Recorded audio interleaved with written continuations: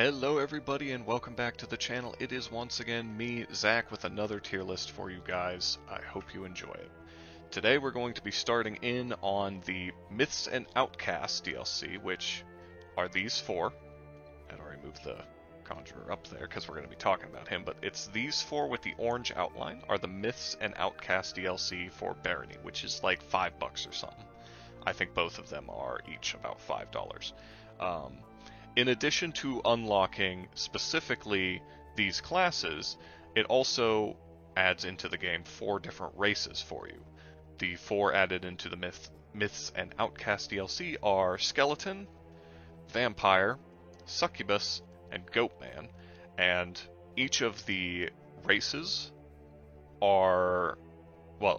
each of the races has a unique class tailored to them in some way. When you first start playing with the DLC, you do not have access to each of these classes on all races. The Conjurer class is locked behind the Skeleton, for instance. Humans can play as any class in the game, starting out. They do not have to unlock anything. But if you wanted to, say, play a Goatman Conjurer, you would have to beat the game as a Conjurer. And when I say beat the game, I mean beat all the way to the twins. You have to win the video game, not just beat the Baron, beat everything, okay? So keep that in mind when going forward. You may not have access to all of these classes starting off with your favorite race. But generally it's not too hard to unlock any given race, just a little bit time consuming, so not too bad. Now let's get into the Conjurer. Before I get into that, I will say, again, I am using a guide on Steam. Link is in the description. This guide is fantastic. Highly recommend you use it. Plug, plug, plug. It's not mine. I don't know the person who made it, but they did a great job. So, all this information that I have on hand is at least partially because of them, although I am, of course, speaking from my own experiences and such. So, let's talk about the Conjurer. Get into the starting stats here. You start with 30 HP and 45 mana. This puts you above average in both, I would say. Or at least, maybe not above average in health, but you are higher than the Wizard's 20, right? Which is pretty good. In addition, you have 0 strength, which is meaningless, -1 dex, which is not too bad, plus 2 con, which is pretty gigantic for a wizard type, 1 int, which is pretty normal, -2 perception, which is really bad, and 0 charisma. We'll talk more about the minus perception in a little bit when we get into the gameplay side of things, but it should be noted that it's not good, even right here. Your starting skill points are 40 in leadership, which I believe is the second highest in the game, although it might be tied for second highest, but there is a class that has a higher leadership than you. Your alchemy is at 20, which is very solid. Your magic and casting are both at 40, which is pretty on par for a mage class in Barony. And then you have 20 in both stealth and ranged. I will note here before we move on that the ranged bonus is cool, but you do not start with a ranged weapon of any sort, so keep that in mind. You'll have to find one to get value out of that. Stealth is, of course, good for anyone. Your stat weights, as you level up, are 44% strength, which is your second lowest. That's pretty fine. It's actually not a super low chance either, which is kind of odd. And you have a 35% chance of dex. Now this is where I think the Conjurer, you see some cracks in the design. It's not a big deal, but you start with a ranged bonus, and you don't start with a ranged weapon. So you might think maybe that you could do some ranged stuff, but it will just take a little while to get going. But you're actually bad at leveling up your dex in general. So weirdly enough, I do think that the Conjurer plays best as sort of a melee class, in a weird kind of way. And the other reason why I think that is because your Constitution actually has a 51% chance. It's one of 3 stats you have to have a 51% chance. We'll talk about the other 2 in a moment. But 51% con on a mage type is pretty good. It is tied for your second highest stat well, stat growth, obviously. And the fact that you start with 2 in it means you're already starting off kind of tanky. I highly recommend leveling your block up early as a conjurer, because then you just don't have to worry about getting better armor or anything. If you find it, it's cool. If you don't, it's whatever. The other 2 stats that are tied for second place are Perception and Charisma, which both have 51%. Perception is pretty cool. You need that growth early on because starting with a -2 means you can literally appraise nothing. And it does help with your ranged crits, which is cool.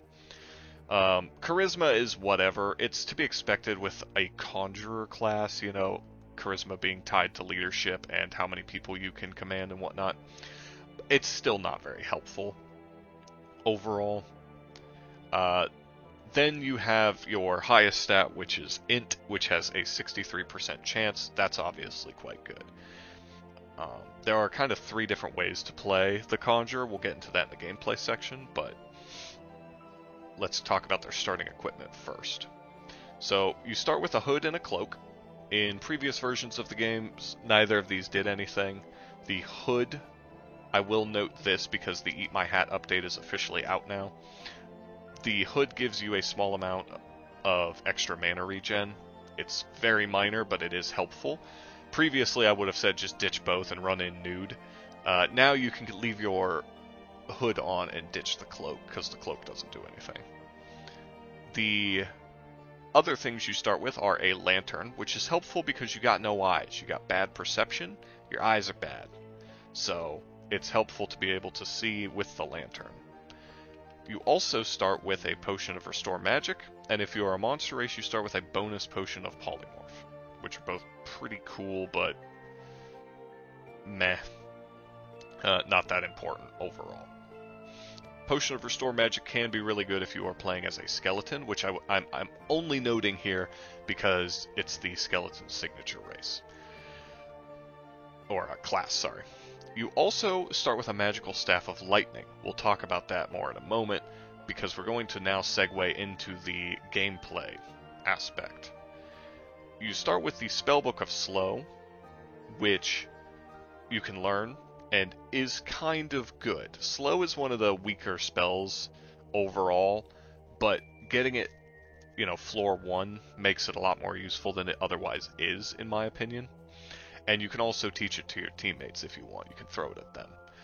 The other spell you have is an innate spell. An innate spell is a spell that starts the game on your hotbar. You know it from the beginning. It is built into your class. You cannot not learn it, right? So this has a couple of interesting repercussions, let's say. For one, goblins can actually learn the innate spells. They can learn Conjure Skeleton because it starts learned. They don't have to read it in a book. They can't learn Slow, chuck that into the abyss, but they can learn Conjure Skeleton. And since goblins have perfectly average mana regen and mana growth compared to all other classes, you can actually become a pretty good mage as a goblin conjurer. And in point of fact, I'm going to be starting another Barony playthrough on the channel soon, and I think I'm going to do exactly that. Because as I noted in the racial tier list that I made, if you get your casting and magic to level 100, you learn 2 more innate spells, Dominate and Force Bolt. So a goblin wizard, or a goblin conjurer I should say, will have access to 3 different spells pretty easily without having to do much work for it. Just spam their spells. Their innate spell, that is. Which is, again, pretty good. Now, there's, however, a kind of sad side to this equation, right? The Insectoid. Insectoids are bad as a conjurer, and it's unfortunate. But because Insectoids only ever have 50 mana, which for their race is the energy bar instead, you don't have enough mana to cast your Conjure Skeleton spell after a certain point, because the magic cost of the spell constantly goes up as your skeleton allies level and as you get more powerful, and it caps out at around 117 mana. If you have really powerful summons as an Insectoid, You just can't summon them. There is a workaround, there is a trick. I'm not going to explain it here. It's in the guide. Go look it up there. Again, link is in the description. Let's get some eyes on that. I mean, like, plenty of people have seen it, but I cannot stress enough how helpful it is. The racial stuff out of the way, and in fact, I will note this one last thing, because it is the skeleton's signature race, or signature class. I keep doing that. The skeleton's low mana regen does not matter as much when you can summon this guy on floor 1, and if you keep him alive well enough, he will stay alive functionally forever, allowing you to slowly regenerate your mana and use it for other things. So that is worth knowing. In point of fact, you can dismiss your summoned skeleton, which again, I'm going to talk about that a little bit more here in a moment, to get mana back, and that might give you enough mana as a skeleton to actually use your Come Back from the Dead ability, your Resurrect ability, which requires 75 mana. So those things are good to keep in mind. Now, I said earlier that there were 3 basic ways to play the Conjurer, so I'm going to explain that thought process a little bit. The first way is, I think, the best way, and that's as a tanky mage. You have good con scaling, you have decent starting HP, and you have up to 2 beefy boys to frontline for you as well. Overall, you can run in, and you can get your melee skill up early on by punching things that are punching your summon, right? Punching the skeleton in the ass while he fights with your conjured skeleton. And then in the late game, you can have your block and your melee skills high enough that you kind of compensate for not having crazy good strength. Overall, pretty decent. In addition, your summons can do decent DPS, so you might not even have to worry about that side of things. However, there are other playstyles. One is more of a pure mage playstyle, which I don't think works very well with skeleton for obvious reasons, but once you have unlocked Conjurer for all races, it is worth noting that something like a vampire or an automaton can play a very, very casting-focused Conjurer and just go all in on the int, and all you are is essentially a wizard that's a little bit tankier, but with probably slightly lower int. The final way is to play more of a support mage playstyle, where instead of going ham on your own, you focus on raising your conjured boys up as high as possible, and you mostly cast slow from behind them, or heal, or whatever. This playstyle is okay in solo, and is, in my opinion, a little bit hard to pull off in multiplayer, because unless your teammates actually listen to you, which, if they do, please let me know. I'd love to meet some people who actually listen occasionally and communicate their desires and needs. But in multiplayer, most other people will kill everything on the map, and you won't really get a chance to have your summon do that work for you, right? So they'll just be a little bit underleveled, by and large. So those are the 3 basic playstyles. I will also note here that the Magic Staff of Lightning that I mentioned earlier is a massive godsend, right? Do not use that. Save that for the Gnomish Mines, and then use it to kill gnomes who also have Magic Staffs of Lightning. Then, collect a bunch of Magic Staffs and kill all the gnomes very easily. You can even use your summons to run interference for you. You don't really have to worry about it at all. It's great. So, I do think that what we can do here is briefly talk about some leadership-related stuff. I'm not going to explain everything about the skills here, there's plenty of guides out there about it, but I will note a couple of things you should be doing with your conjured skeletons all the time. Anytime your conjured skeleton takes damage, you should make it sleep as quickly as possible. Anytime that you tell your I almost said conjured stuff, but anytime you tell your allies to sleep at all, you have a good chance of getting a leadership level. Getting your leadership higher buffs your minions, whether they are summons or allies, irrelevant. It buffs them. Absolutely take advantage of that. Be sleeping your dudes all the time.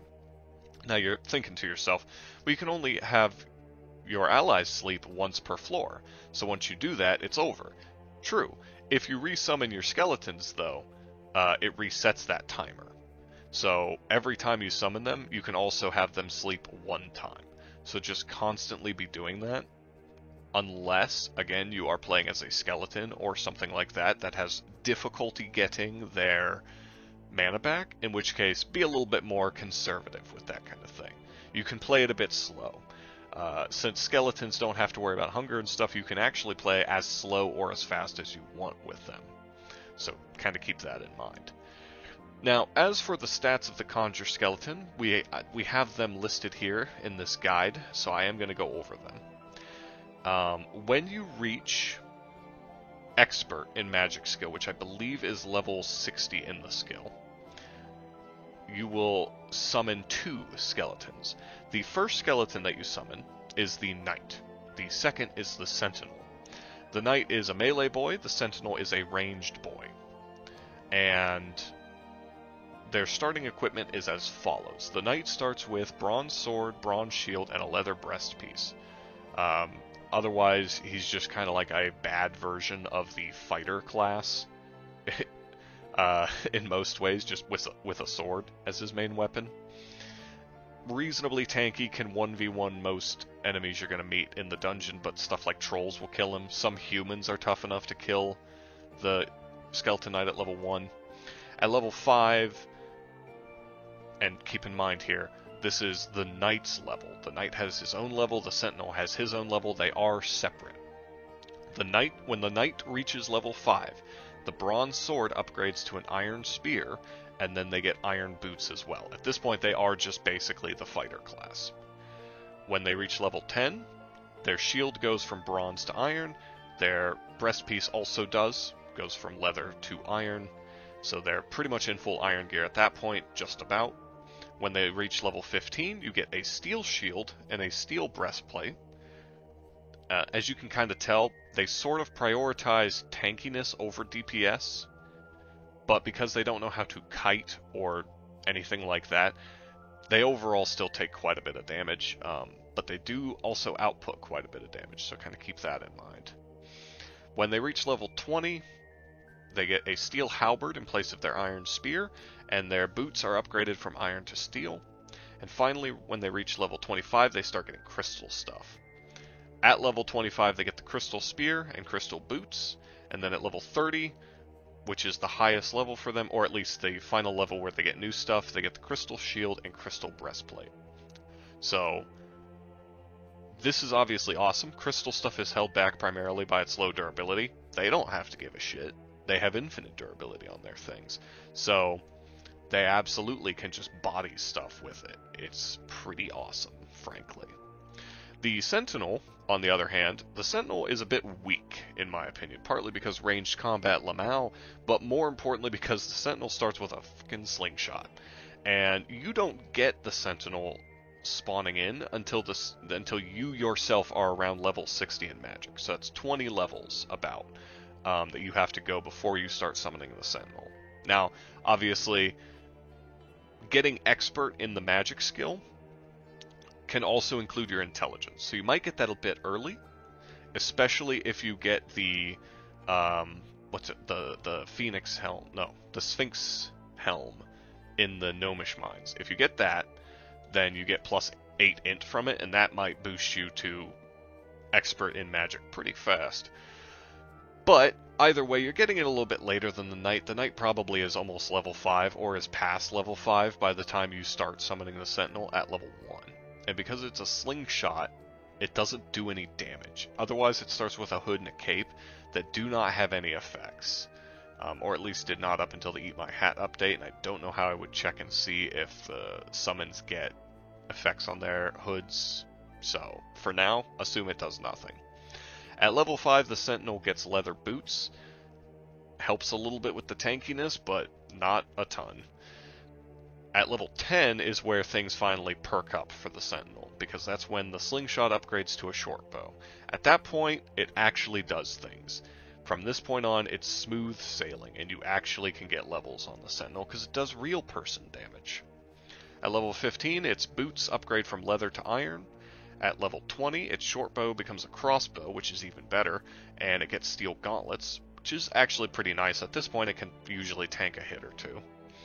At level 25, the iron boots become steel boots, and at level 30, It goes from Steel Gauntlets to Crystal Gauntlets, and the Hood and Cape both become Ninja Hood and Ninja Cape, which presumably do have effects.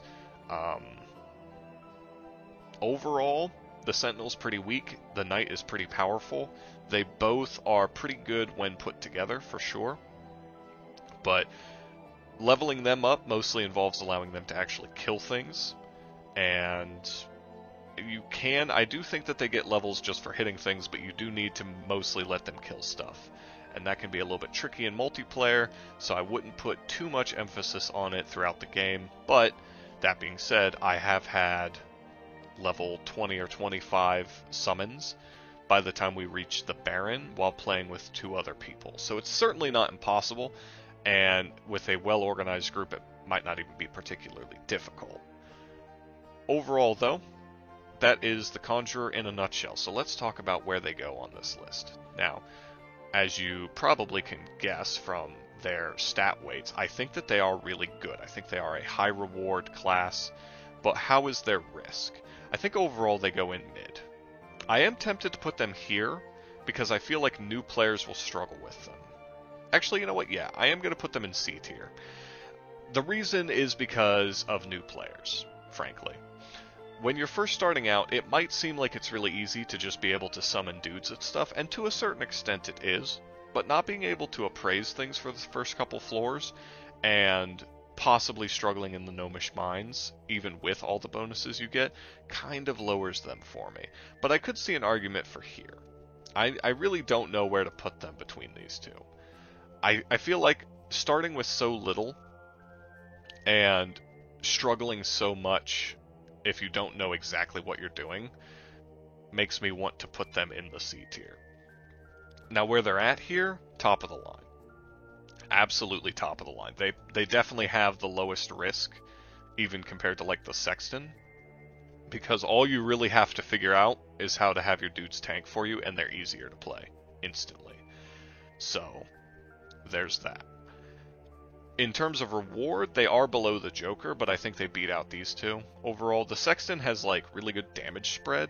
The Arcanist is a bit more balanced, but the Conjurer, the bonus, like the upside to the Conjurer is that you are a tanky mage. That is cool, right? Kind of puts you in the same category as the healer.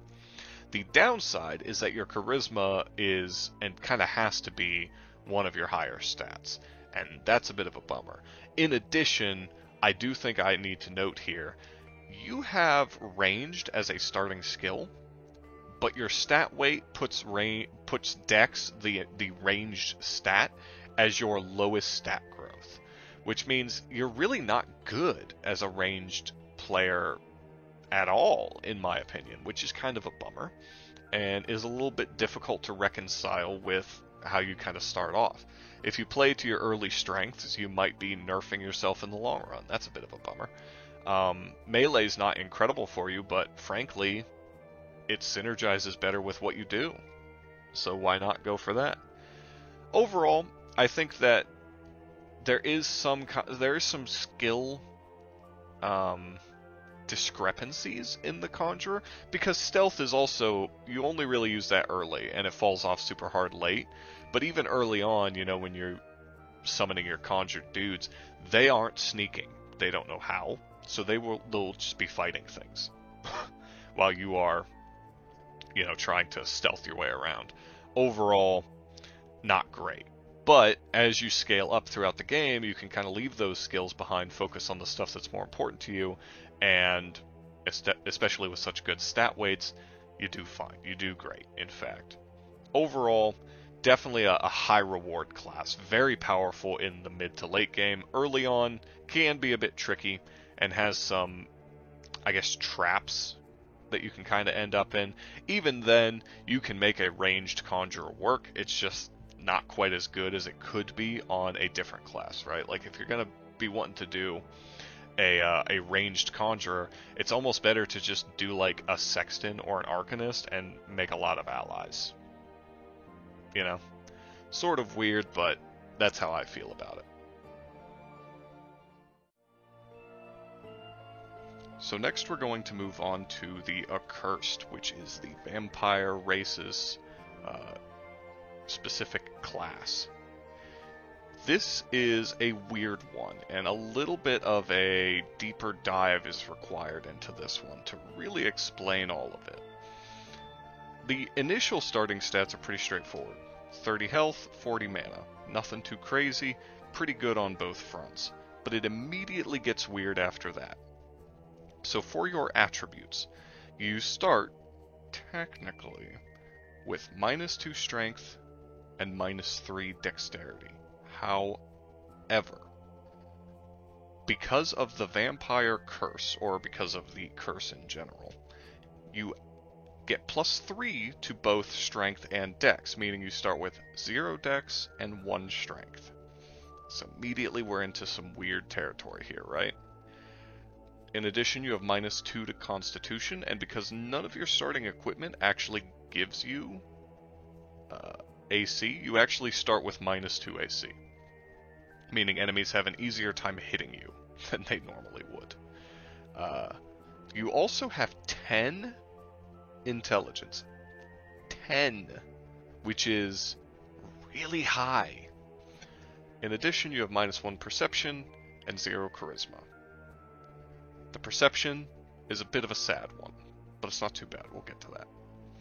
So already looking kind of funky, right? But getting +3 to strength and dex is pretty wild once you get past that starting stat deficit.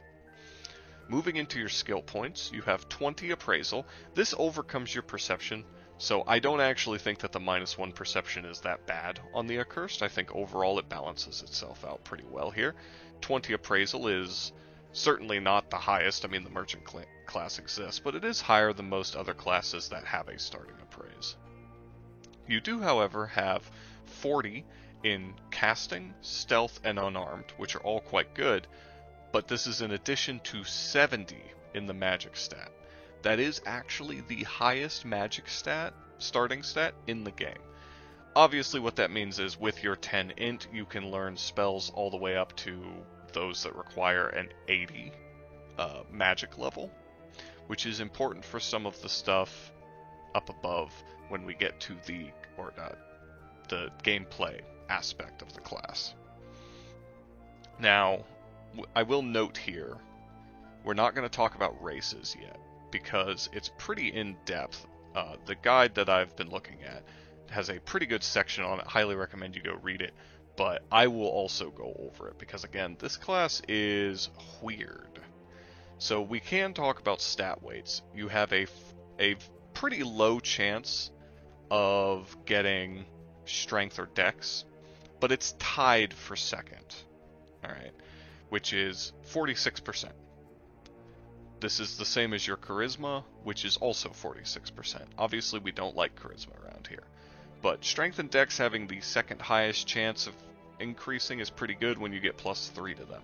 It also means, however, that if you don't get as many strength and dex bonuses as you might otherwise like, it's not as big of a deal because you've got the curse to give you +3. Your con has the lowest scaling bonus of 27%, so you will not be tanky. That is not your job, really. And given that we already covered that you have stealth as your kind of go-to skill alongside magic and casting, it's pretty clear how you're sort of meant to play. However, to really hammer that home, we have int and perception, which are at 66%, meaning you're going to have a really high int, you're going to have a really high perception almost all the time. Pretty good for a sneaky mage type. However, as I noted, because of your high starting, well, not starting strength, but because of the high bonus you get to strength, as you go through the game, even if your strength is not increasing as much as you might otherwise want, you will probably end up with a decent one regardless.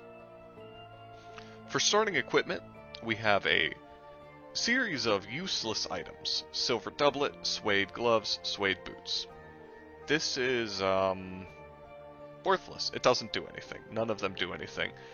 Even double checking here, at this point, the Eat My Hat update did nothing for this. This class is supposed to be pretty challenging, so that makes sense. but it is a bit sad. You also start with a Potion of Restore Magic, 2 Vials of Blood, and of course the Vampiric Aura, which we will talk about in more detail in a moment. You get a bonus Potion of Polymorph if you're playing as a monster, which is also important. So, to go over these real quick, the bonus potions are cool, pretty typical. We've talked about stuff like them plenty of times so far, going through the other classes, and you'll notice that a lot of these race-specific ones, because they are tied to monster races, they give you that extra Potion of Polymorph. All very cool. The extra Vials of Blood are important. The Vampiric Aura allows any race, not just vampires, to drink blood, and enemies will drop blood as normal. So, if you, let's say you start the game as a human accursed because you don't want to play a vampire, you can eat food as normal to cure your hunger, or you can eat blood. I guess drink blood. I guess it depends on how coagulated it is. Don't think about that. This leads to some of the other races who have interesting food mechanics, we'll say, to actually being easier on the accursed. But you do have to beat the game as a human or vampire accursed before you can access any of them. As noted before with the Conjurer, you are locked to human or vampire with these guys starting out. Now, to talk about the Vampiric Aura, it is a passive effect that you are blessed and cursed with throughout the entire game. Alright.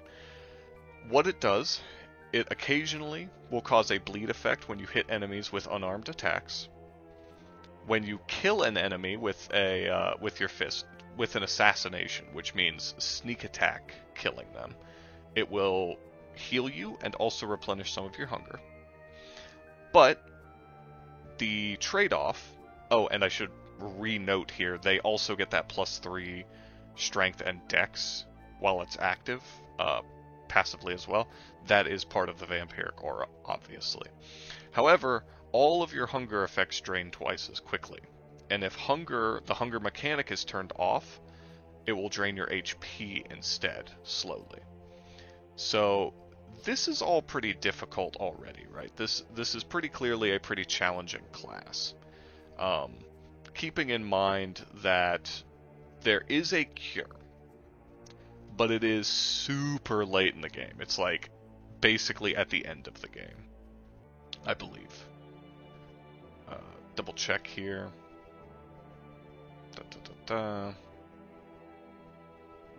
I mean, I think maybe you can find it a little bit earlier than the end of the game, but I'm fairly certain it's almost always towards the end of the game. However, when you get access to the cure, it makes it a toggleable ability, so you can turn it on and off, and basically only suffer the negative effects when you are in a berserker mode, essentially, to get +3 dex and strength, as well as the bleed on fists and all that. Now, as we talked about with the monk class in a previous video, the unarmed combat style is not that powerful, but when you are getting so many bonuses to it, it actually can be pretty strong. And there's nothing really stopping you from transitioning into a more normal weapon while you are playing through like boss fights and stuff, whereas when going through normal levels you just take your fisticuffs out, right? So overall, pretty interesting. Now, they do also start with the Spellbook of Invisibility, which is pretty good. Invisibility costs mana per second. I personally have almost never gotten value out of it, but I think that that's generally because you get invisibility usually pretty late in the game. Because the Accursed starts with it, this can be really strong. You don't really have any other spells to use unless you're playing a vampire or another class or another race, I should say, that has a racial spell that they would want to use their mana on. So using it to be invisible and get some easier assassinations and stuff is pretty good. But you start with an okay amount of stealth, you probably won't have much trouble sneaking up on things early on, especially if you're using your speed and lightweight nature to keep distance, take down torches, that kind of thing early on to make stealth easier. In multiplayer, this class is going to be even more difficult because stealth killing things is harder when there are, when there's anywhere from 1 to 3 other people running around killing everything on the floor. However, the trade-off is most likely they will be able to give you food and kind of keep you afloat a bit easier, especially if they play certain classes that don't have to worry about it. If your friends all play skeletons, they can funnel you all the food on the map, for instance. But overall, I would still rate them a little bit more difficult than most other classes in the game, in multiplayer specifically. Now, we will briefly here talk about races that synergize with the class and those that do not. We'll start with the ones that I consider to be pretty average for the class and that the guide lists as a normal difficulty, which are human, very straightforward. You can eat food and also drink blood. That makes it a little bit easier than the harder classes, but not particularly easy. The other ones would be the succubus and incubus, who can also eat food as well as drink blood. Nothing too special there. The goblin, which I will note, the goblin is on the slightly harder level or end of normal, because obviously you cannot read your invisibility book at the start. However, the trade-off, I think, for that is that goblins, as you level up your unarmed early on, will be leveling up their other weapon skills.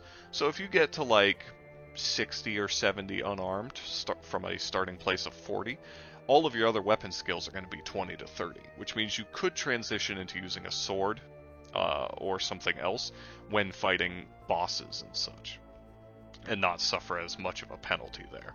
And it also, I think the goblin will be pretty decent as a stealth fighter type character, even when you don't have your buffs active, right? In addition, and this one's a little bit weird, so I'm gonna note it right now. The Goatman is a little bit harder than normal, because when you drink, you obviously get strength buffs and you lose intelligence buffs. But the Goatman can eat cans as well as normal food, which could be quite helpful. They also can get buffs from those cans. Well, anyone can get buffs from eating out of cans, but because they can just eat it without a tin opener, pretty good. The downside of Goatman is they generally start the game hungrier than everyone else because they're hungover. So you might have to eat your blood before you even go into the dungeon, meaning they're very kind of reliant on like the first floor. But moving into the races that are objectively much harder to start with, we have the skeleton. Even if you have hunger turned on, skeletons are immune to hunger. So what that means is that instead of getting hungry, they are always losing HP. Now, that means if you and your friends play like mine do, which is with hunger turned off, we prefer no health regen. That does mean that the skeleton is pretty normal in terms of difficulty, but I will note that they are harder than normal if you play with hunger turned on. The vampire, which is the signature race of the Accursed, is also harder than normal. I think it is worth noting here, because the vampire can only drink blood normally, right? You can also drink juice or booze as well, but those recover a pretty small amount of hunger, and they're just generally less effective. So what that means is, unless you use polymorph to turn into a human to eat normal people food, you are shit out of luck. You will just have to eat only blood, and you're not guaranteed to get enough of that, which makes you a lot more reliant on like assassinations in order to recover your hunger fast enough to keep up with the Accursed. But the most difficult race to play of all is the Automaton, right? It is so difficult early on to keep up with the boiler, losing hunger at such a massive rate. And really the only thing I can say is you have to make it through the Gnomish Mines. If you make it through the Gnomish Mines, you get a couple of pickaxes, you can just keep eating rocks to keep your boiler as high as possible.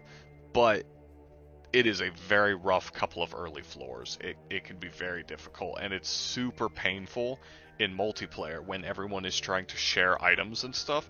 You'll have less to scrap, right? So, pretty difficult overall. But there is one class that makes the Accursed objectively easier, and that is the Insectoid.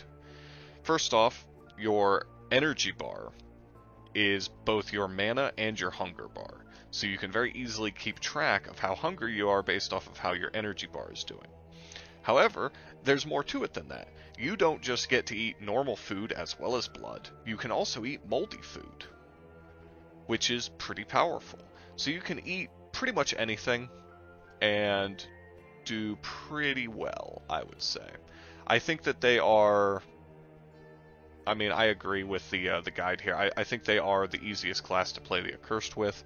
But you do have to keep in mind you're a little bit less of a caster at that point. So, really, in some ways, I do think it kind of comes down to, would you rather be a human that can just be very standard and not have to worry about any extra negatives and be a good caster Accursed? Or do you want to be an Insectoid that is a little bit less of a caster, but a little bit more of a punchy, stealth, stabby boy? Now, where does the Accursed go on the list, specifically? I do not think that it is a crazy thing to say that I think that the Accursed goes down here.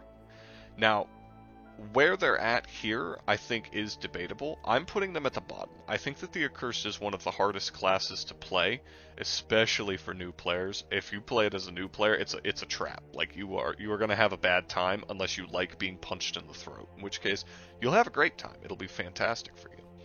I will say that overall, I think that the Accursed stat weights and their passive curse effect, combined with their really high starting int, means they are higher reward than the rogue, but overall, I just don't think that they give enough to compensate for how difficult it can be to play them. They are obviously one of the highest risk classes in the game. When we talked about Joker, you look at Joker and you're like, oh, that's the clown class. That's the class my friend picks because he doesn't really like this game and he just wants to suffer, right? But the Jester has a lot going for it. It has a lot of bonuses. Even early on, like it starts with a Ring of Levitation. The only cool thing the Accursed starts with is the Book of Invisibility, which is a spell I literally already said I don't get much value out of. It's not that incredible. It's high level. It's not that broken, though. Overall, the rewards are good. They are definitely mid, but I do not think they're enough to put it like S tier or anything. And because of the high risk factor of playing an Accursed, they don't even quite make it into C tier because their rewards aren't good enough. So they're just, I think that they go in D tier. I think that the Rogue is lower on potential rewards, but is so much safer to play overall. Like, once you get into the hang of playing Rogue, I think it is so much safer to play than Accursed. It's funny they're even on the same tier. But let's move on to the Mesmer. So the Mesmer did get some small buffs here with the newest update, because they ended up getting the same hood as the Conjurer, which I mentioned gives a little bit of extra regen. But they are very different despite being similar. And I know that sounds like an insane thing to say, so hear me out. The Mesmer and the Conjurer are going to be compared a lot, because they are both the leadership classes within the game. More so than any other, they are reliant on leadership.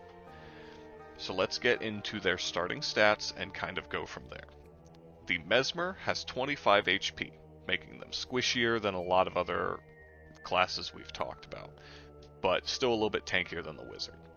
Their mana is at 40, which again puts them at a much higher level than most other classes in the game. Immediately we dovetail into the sort of stuff that makes the Mesmer a difficult class to play, which is they start with -2 strength, -2 dex, and -3 constitution. This is chunky. This is real bad. You are not happy with these stats. Their constitution is slightly made up for when we get to their starting equipment, but low dex, low strength means you don't hit hard, you don't throw hard, you don't shoot bows hard, you can't even run fast.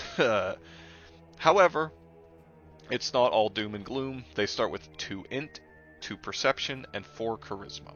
That's pretty good. Looking at their starting skills, we take another little bit of a nosedive here, because they have 20 in polearms, which is bad, with -2 strength added on. They start with 40 casting, pretty typical for a casting class. 60 in magic, which is actually pretty good. That's on the higher end of magic skills. I mean, the Accursed had, what, 70? And they had the highest in the game. So you're only a little bit behind them. I think you're about even with the Wizard. That's pretty good. That's a good place to be. However, their real claim to fame is their leadership skill. They have 60 leadership. It is the highest starting leadership skill of any class in the game.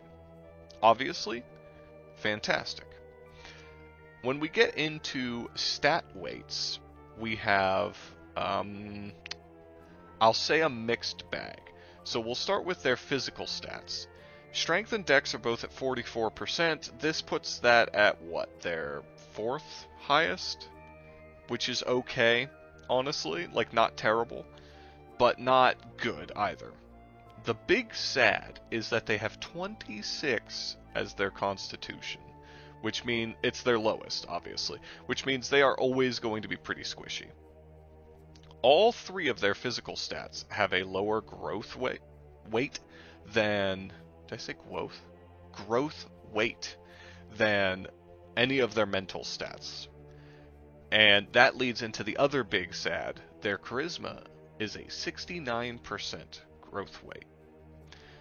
That is the highest charisma growth weight in the game, alright? Which is really sad. Early on, having a high charisma is not that bad. Boosting your leadership up buffs your allies, as well as any summons or anything you might have. That's all very cool. But having it be your highest growth is very bad, honestly. It just doesn't do anything to you as the game goes on.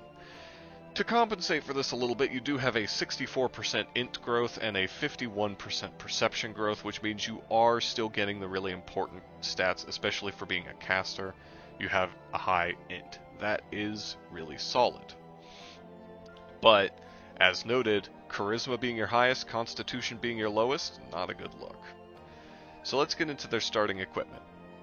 You have a +1 Iron Spear, a +2 Ring of Protection. Keep in mind, if you are playing as a succubus, obviously I didn't say this before, but the Mesmer is the unique or signature class of the succubus race. So when you start as them, they get cursed equipment instead that is equal but different. As I said, starting with +2 on your Ring of Protection gives you a +3 total, so that balances out your -3 to con. Gives you a decent, like, starting 0 in your AC, which is pretty okay. You also start with a cloak, which doesn't do anything. You can toss it out. Your hood is the apprentice's hood, however, which is the same hood that the conjurer starts with. It gives you boosted mana. It's pretty powerful and scales with blessings you might get on it. Honestly, not bad to use that in place of the int boosting artifact helmet. Not gonna lie to you. In addition, you get 3 potions of confusion, 2 potions of restore magic, 1 bonus potion of polymorph if you start as a monster, and then you get some spell books.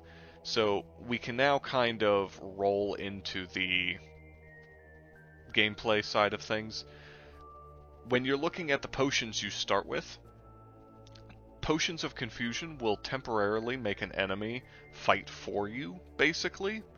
Though I've definitely had enemies who were confused punch me in the face if I got too close to them, so I think it's mostly just they get pissed off at things that are near them.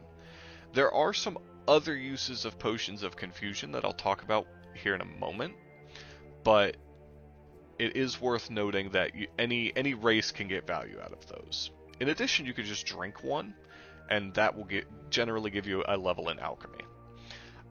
You also start with the Spellbook of Cold, which I covered this in the Wizard class section in a previous video. The Spellbook of Cold, or the Spell of Cold, is really powerful. Being able to share this with your teammates is cool. It's good crowd control while still being really, really solid damage. In addition to that, you also get the spellbook of Charm Monster. You can permanently learn the Charm Monster spell. This is not learnable at level 1. You have to get some more magic or int or whatever to actually learn it, but you can keep it around until then. However, because it is torn, its quality is torn, unless you have a feather that you can use to repair it, it will disappear after 1 read. Now what makes this interesting is that unlike the Conjurer, unlike really a lot of these classes that are unique, you do not get innate spells. This is a spell book, meaning if you find a feather, you could technically pass this book around to your friends, which is interesting. The only class that I know of that starts with a feather, and I could be wrong, I could be misremembering, is the Shaman class that we haven't talked about yet. That'll be in the next video. Other than that, I think you just have to find one or buy one. Now, you are guaranteed to have the option to buy one if you go to the Mysterious Merchant in the Hamlet and you do the things you're supposed to do with that guy. But that requires doing side levels and stuff like that, so I'm not going to talk about it a whole lot here. The main point is, yes, you can share it. Generally, you won't be able to. Now, the Charm spell is interesting. The Charm spell allows you to essentially dominate pretty much anything, similar to the Dominate spell, but you can only have 1 charmed monster at a time. That is kind of a mixed bag. I feel like the charmed monster should probably be a little bit easier to get, but it's not super simple. However, your potions of confusion, if thrown at the enemy you are casting charm at, do increase the likelihood of you charming them. You can also throw booze to get them drunk, stuff like that, but overall, there's a percent, essentially you get a % chance to charm 1 monster into your service forever. However, all is not lost. You can't start with the Charm spell book learnable, but you can start with the Charm Monster Staff, right? Yours is +1. I don't know if the +1 matters at all. However, the Magic Staff of Charm Monster is a little bit easier to pull off than the spell because you start the game with it. So you can find something like a troll on the first floor, toss a potion of confusion at him, and then spam your Staff of Charm Monster until he's your friend.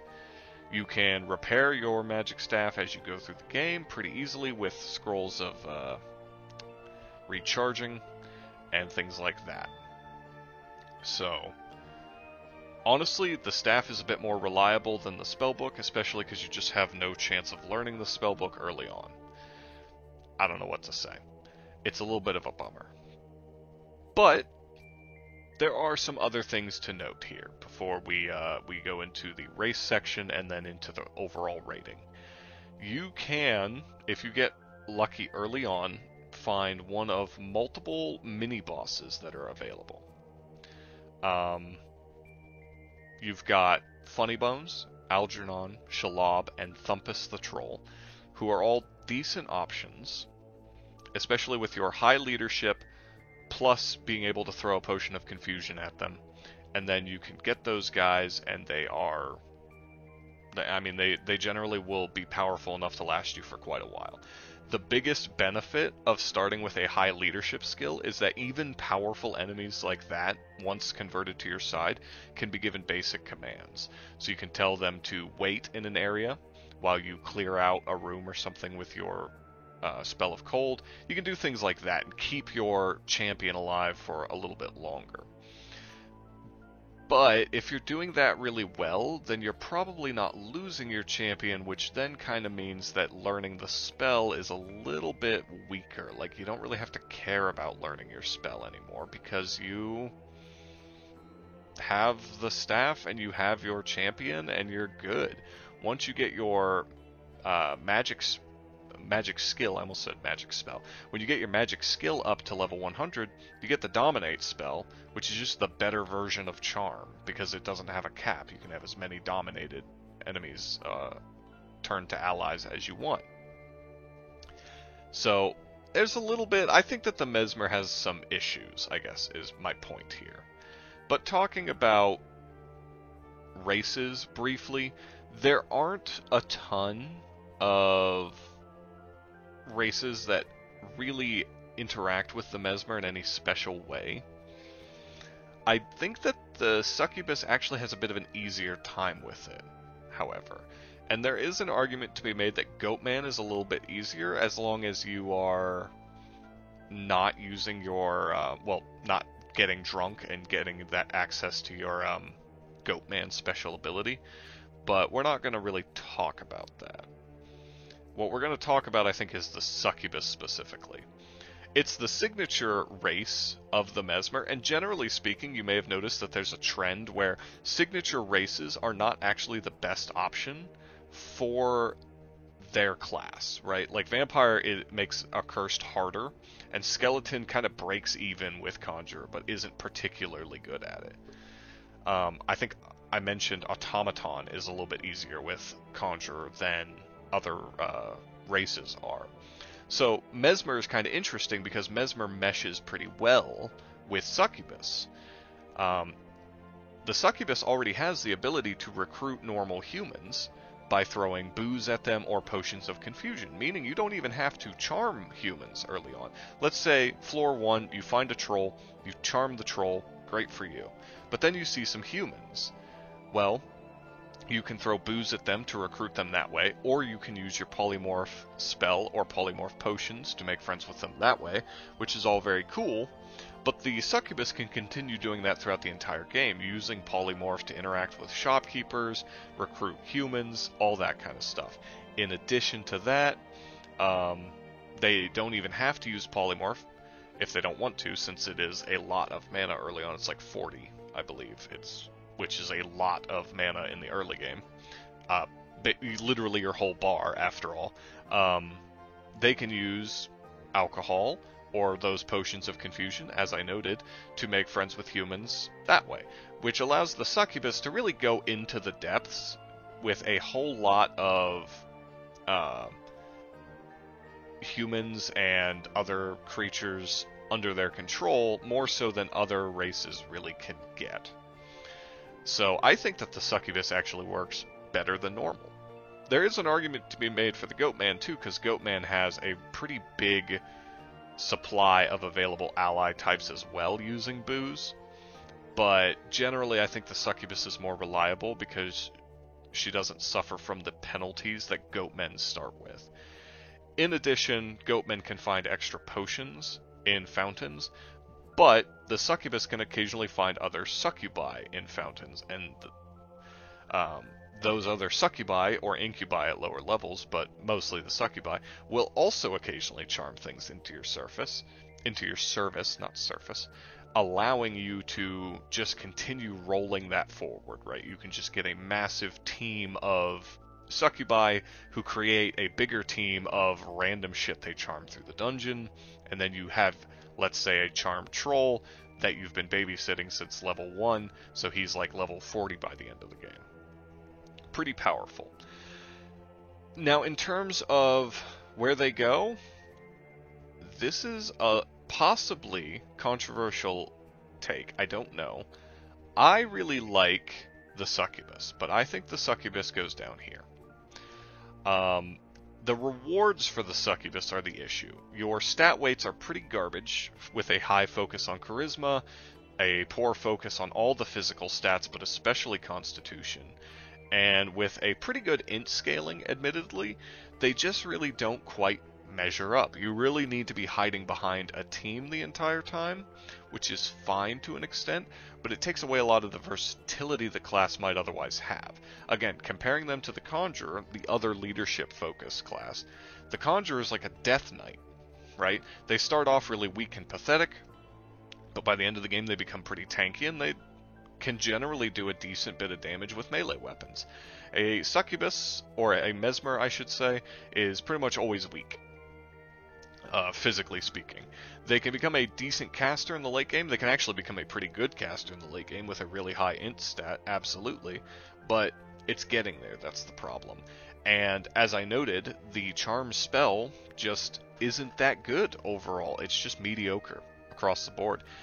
Compared to the Conjure Skeleton spell, which is always consistently useful, and compared to the Accursed Curse, it's a weird sentence to say, but comparing it to those very reliable bonuses that you're getting, right? Like all of these DLC classes are like, okay, here is a bunch of negatives for your character to overcome in exchange for really powerful other effects.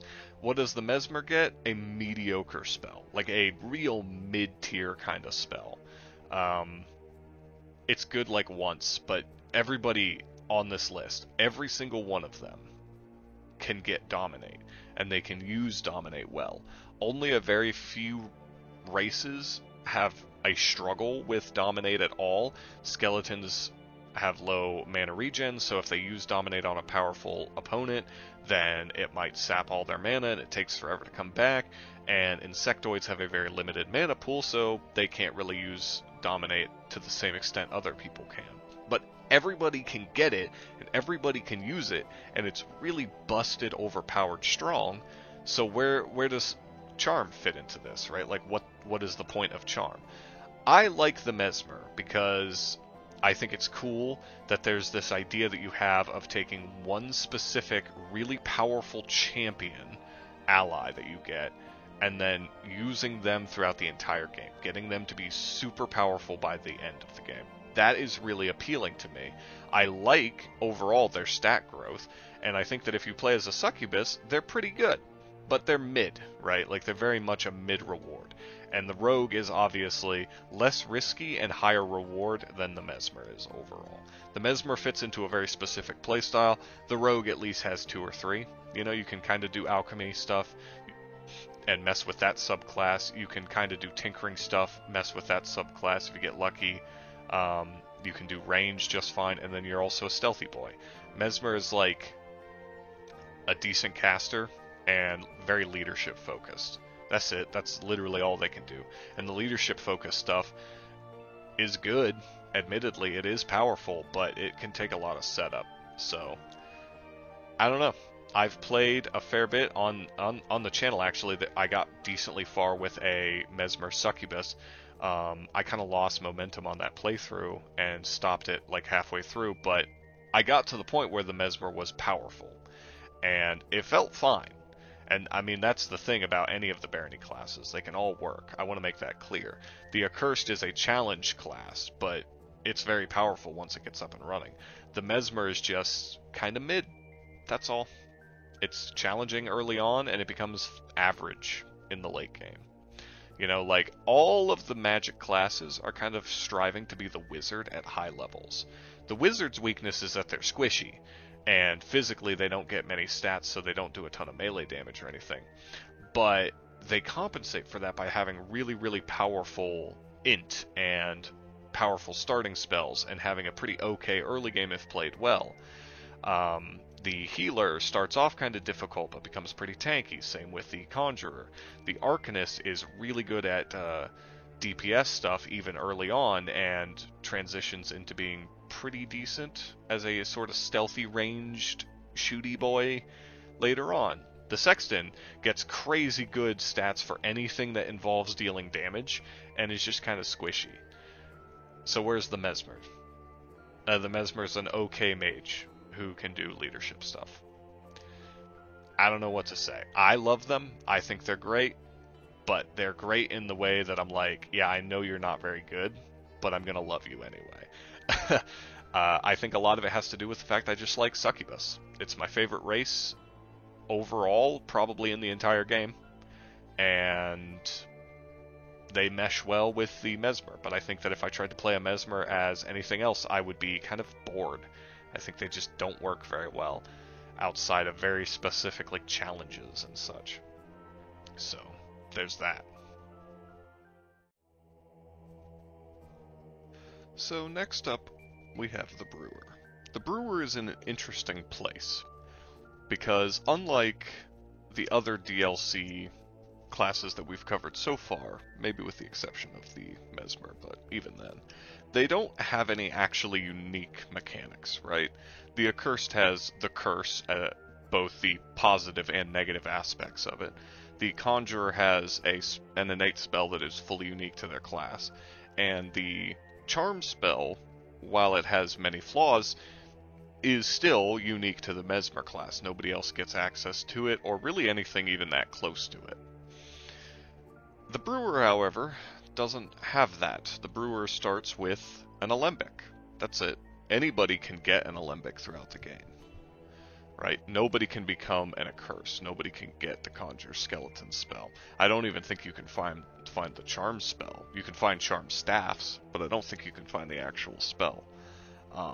The Brewer, however, nothing like that. They just start with an Alembic. What this means is that they are both more complex, but also less unique than these other ones we've talked about, in a weird sort of way. The Alchemy subclass, the Alchemy system within the game, is not too bad by all accounts, but starting out, it is a little bit much for new players, absolutely. Even more seasoned players who just haven't bothered to learn it or haven't cared about it in the past can find it a bit confusing and strange. I'm not going to be covering a full alchemy breakdown in this description of the class, to be clear. If that's something you guys would be interested in, absolutely let me know in the comments, and I'll make a short guide on it. There are some on YouTube already. I think Lyciant has one, actually. At the very least, he's played Brewer in the past, so you can learn a lot from him. Absolutely.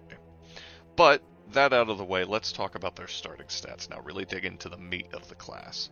They start with 40 HP, which is one of the highest. Pretty good, all things considered. Keep in mind, as I've noted in the past many times, whatever your starting HP is, you add 5 per level to it. So what that means is, comparing a Brewer to a Wizard, Wizard has 20 starting HP, you're always going to be 20 HP higher than a Wizard that is the same level as you, right? So starting HP definitely becomes less important when you get to like level 20 and above, because by then you just have a ton of HP and the extra 20 doesn't do much. But throughout the early game, it is nice to have.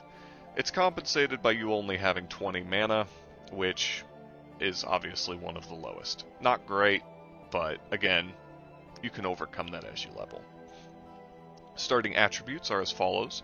-2 to strength, which is pretty rough, but is not as big of a deal for the Brewer because of their starting equipment, which we'll get into in a little bit. They have 1 dexterity, which is fine. It makes them a bit speedy. Technically, when throwing potions, that counts as a ranged attack.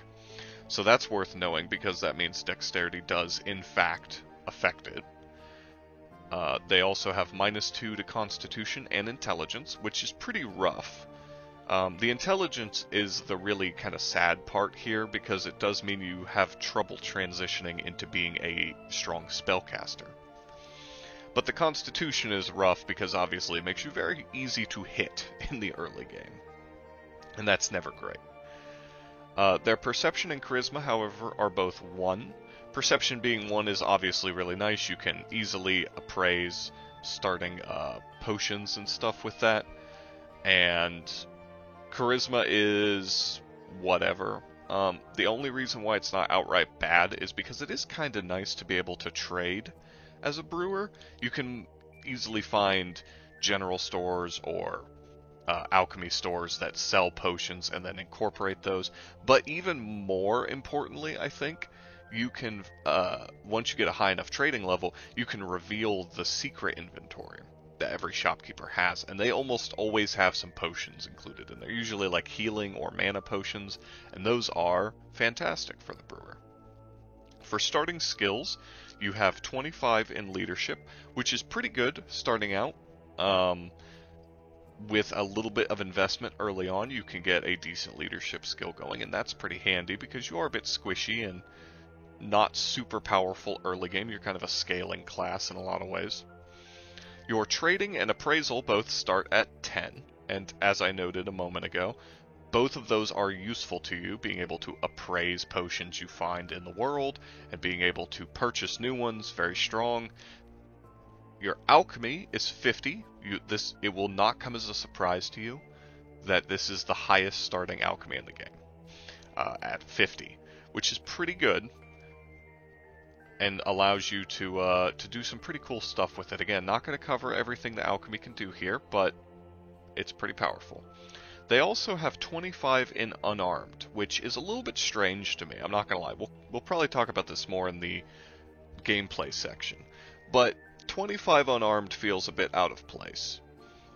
Finally, you have 10 in axes, which is a bit of a mixed bag. It's pretty low for a weapon skill, but the trade-off that is kind of nice is the axe skill is really good early because you can most consistently get a hold of Parachute, the artifact axe, via killing Funny Bones in the first couple floors.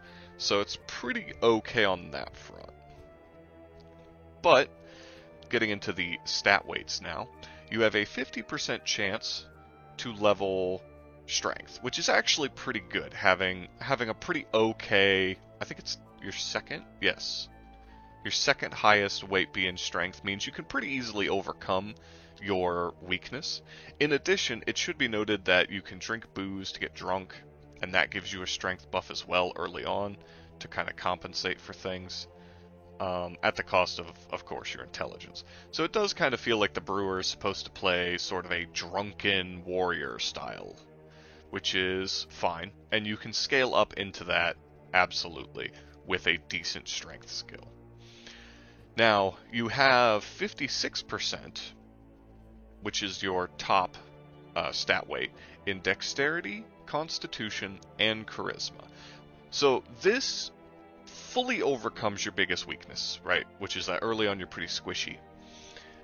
With strength being your second, and constitution and dex being your top stat weights, you can very easily become great at ranged combat or melee combat, and you can become reasonably tanky in either. Fantastic. Obviously, having your charisma be tied for first is not great, admittedly, but it is kind of it is kind of useful in the early game for you, like I mentioned. So it's not the worst thing ever for them compared to some of the other classes for whom it is fully a dump stat. After that, you have 43% in perception. That's fine. Perception mostly affects stuff you don't have to care about, because you'll have no issue getting your appraisal skill up early, so you don't need to get perception as much as you kind of scale into the mid to late game. The biggest bummer is that your intelligence is 36%. It used to be 56%, it used to be much higher, but they kind of swapped it and constitution, where now constitution is one of your highest, well, tied for highest scaling stats, and int is actually your lowest, which I think is fine. A lot of potions kind of have overlap with spell effects, and after a certain point it would be easy to just kind of transition into using spells instead. Having low int doesn't force you, but kind of pushes you into focusing more on your alchemy stuff, which I think is pretty cool. Starting equipment is where things get very interesting. First off, you start with an iron axe and iron boots, which very normal, very fine. The iron boots help to offset your significant weakness in terms of AC early on. More importantly, you start with a backpack, which is very handy because you have low strength and you need to carry... Really, it's not even about strength. As an alchemist, you need to carry a bunch of relatively lightweight stuff that doesn't necessarily stack. Like, you need potions of mana, healing, invisibility. You want to get stuff like blindness. You want to get tons of booze, apple juice, acid, like the basics and whatnot. And they might be pretty lightweight, especially if you only have like 2 or 3 of each. But when you have 20 different items, you need the extra 10 inventory slots that backpacks provide for you. It helps a ton. As noted at the beginning, you start with an alembic, which is pretty self-explanatory. You also start with, and let's get into the potions right away here, you have 3 empty bottles, 2 potions of acid, 2 potions of blindness, 3 bottles of booze, 2 bottles of fruit juice, a potion of polymorph, and a potion of speed. That's a lot, right? Again, we're not going to talk about all the alchemy stuff in this video. We just do not have time. There is so much to talk about with alchemy. But that should give you an idea of how complicated the class can be with all of this. In addition to the potions, you start with bread, a bottle book, which is essentially a lore book that talks about different potions you can make. It's actually kind of useful. If I'm remembering correctly, some of the content in it is actually like good. Like it provides you with kind of a starting place if you know absolutely nothing about alchemy. In addition to that, you start with 100 gold.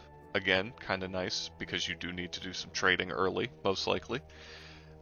If you are a monster, you start with a bonus potion of polymorph, as is pretty typical of these monster classes. And then finally you have 2 more potions, which are firestorm potions that are basically the fireball spell, but in potion form and more AoE. So yeah, there's a lot here. Early on, let's talk about gameplay. Early on, one of the big things is you need to, well, I guess I can move them where they're supposed to go. I'll save that for after gameplay. There's so much to talk about with them, and I can't get to all of it here. One of the things to remember, early on, you have a decent axe. You have an iron axe. Your skill isn't great, but early on you should honestly be focusing on using that whenever possible, especially to finish enemies off. If you can get a hold of a ranged weapon like a slingshot or something early, that's fantastic too. Anything to whittle your opponents down. Trying not to use too many of your potions until you can mix them in exactly the right ways that you want. You do have things like the potion of acid and blindness and, of course, the firestorm that you can absolutely use to just destroy your opponents, just absolutely fuck them up. I recommend, however, that you try not to use that too often at lower levels. Focus on trying to build up a decent number of potions before you move forward with it, and just do normal stuff, like punch enemies with axes, or even unarmed if that's the route you want to go. In terms of races, most of them are pretty normal, but I do want to note a couple here that specifically the guide makes note of as well.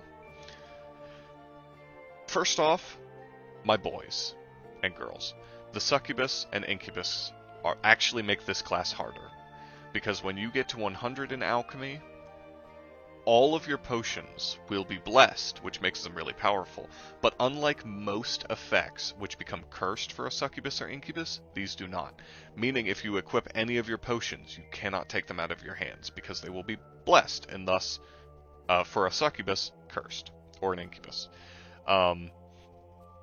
This is very painful. This actually is pretty sad, especially because they will want to curse certain things. Getting a cursed alembic for a succubus or an incubus is great because you can drink things like cursed water, and it will randomly curse a piece of your armor, right? Which is a great way to beef up some of your artifact, like artifact helmet or chest piece or whatever.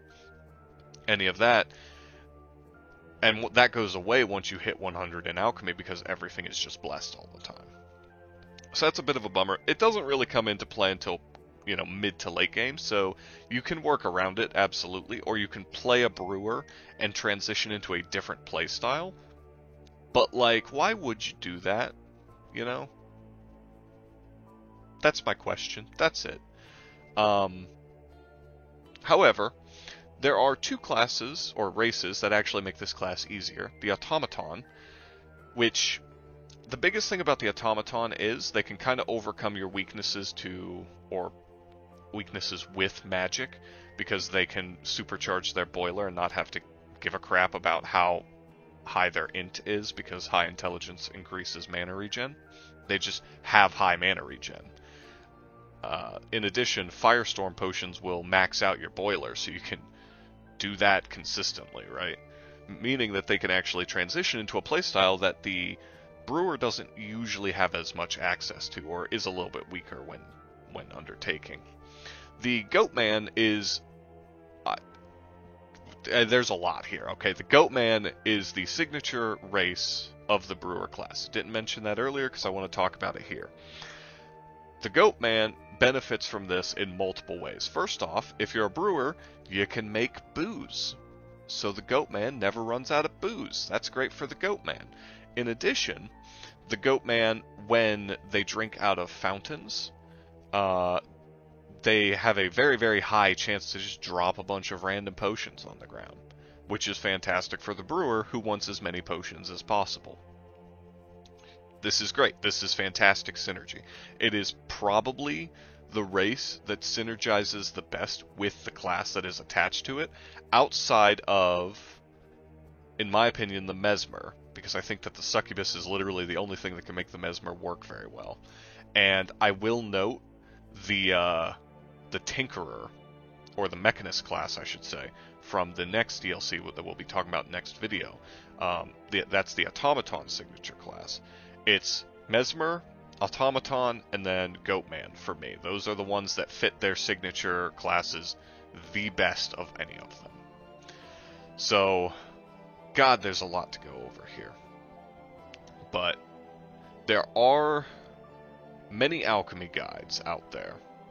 And, buddy, I don't have any on hand that I can easily show on the video, but I will include links to them, because if you're going to play Brewer, you're going to need an alchemy guide on hand, trust me, when you're starting out, unless you've already played a ton of Barony and you kind of get it. So, getting to the final thing, where do they go on the tier list? It's kind of interesting, isn't it? Because part of what decides that is their stat weights. And in terms of stat weights, I would say they are probably high reward. They have good melee, great ranged, and great tankiness long term.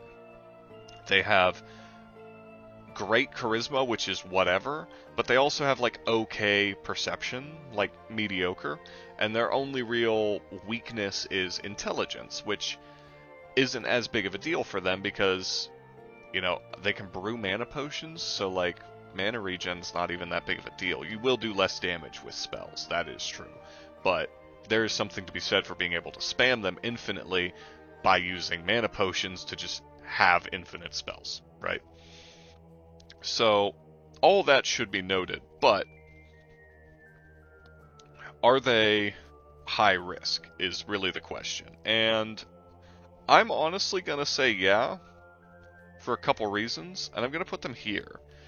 They are high reward. They're pretty comparable to the Skeleton or like the Wizard and Warrior in terms of their overall rewards. Their stat weights are arguably better even than like the Warrior. But they are so complicated. There's so much going on. It's not even about learning how to play the class. It's about learning how to play the entire subsystem of alchemy before you even look at the class. I don't even know where to start with that. I haven't played them very much, and I have done a fair bit of alchemy on other classes, but even with that knowledge, it's kind of a lot, you know? It just takes practice, effort, and dedication to really get good at the class. And the rewards are good, but until you get good, it's very difficult. And even when you are, overall, the early game can be a bit rough, you're kind of weak, you're a bit reliant on getting, like, I don't know.